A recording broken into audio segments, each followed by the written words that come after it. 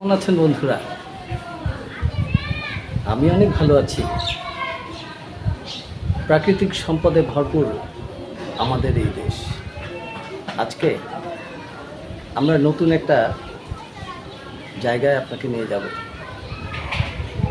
আমাদের দেশের মানুষেরা পান চিনে না এমন কেউ নেই। সেই পানের বরজ পরিদর্শন করতে যাব। এই পান আমাদের দেশ সহ পৃথিবীর বিভিন্ন দেশে এত বেশি জনপ্রিয় একটা খাবার। আমাদের দেশে তো বিয়ে শাদী থেকে অতিথি আপ্যায়নে পান ছাড়া অনুষ্ঠানই হয় না।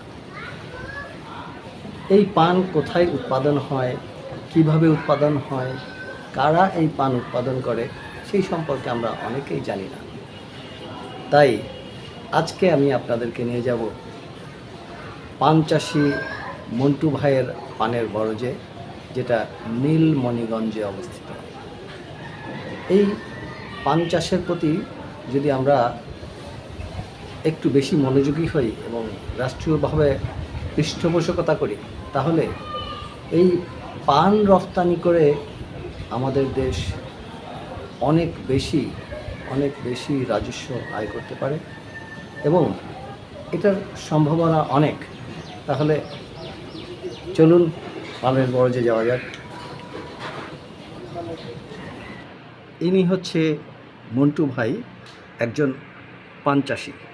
চলুন ওনার সাথে কথা বলি। পান বেসিক্যালি এখানে কত জাতের পান আছে আপনার বরজে? আমার এর বলে বাংলা পান, বুঝলেন? জি।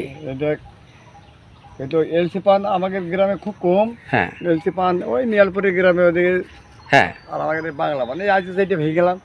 আচ্ছা আচ্ছা আচ্ছা। বেশি রাখলাম। হ্যাঁ। ওই 40 টাকা করে দিল। আচ্ছা আচ্ছা, 40 টাকা করে কি বিড়া? বেড়া, হ্যাঁ। আচ্ছা, আর দামি পান কোনটা? দামি পান ওই এলসি পান। এলসি পান দেখা এলসি পানের বিড়া কত করে? ও এই পানেরও এও 120-30 টাকা বিড়া আছে। আচ্ছা আচ্ছা। আমার এখন এলসি পান মন করেন এখন 140 টাকা বিক্রি বিড়া। আর আমাদের এখন কমা বরজ তো এই জন্য একটু। আচ্ছা, পান চাষের ব্যাপারে কি আপনাদের সরকারের কোনো সহযোগিতা পেলে দরকার আছে? না, দেয় না। দেয় না? দরকার আছে? দরকার অবশ্যই আছে। দেখেন সার দেয় না আমাদের। সার কীটনাশক সব পেয়ে যাচ্ছেন? দেয়, সব বীজ দেয় না, সার দেয় না, সরকার কিছু দেয় না আমাকে।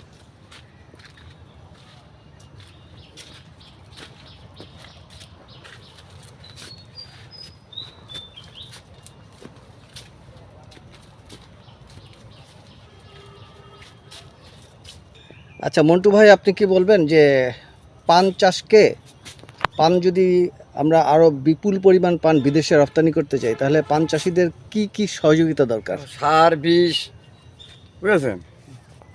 ওই কটা বিষে মানে এখন বরজ বিষ না দিলে বরজ হচ্ছে না। সারের দরকার, ফসফেট, ইউরিয়া দেয় 10টা লাগে। আচ্ছা ঠিক আছে, ধন্যবাদ সবাইকে।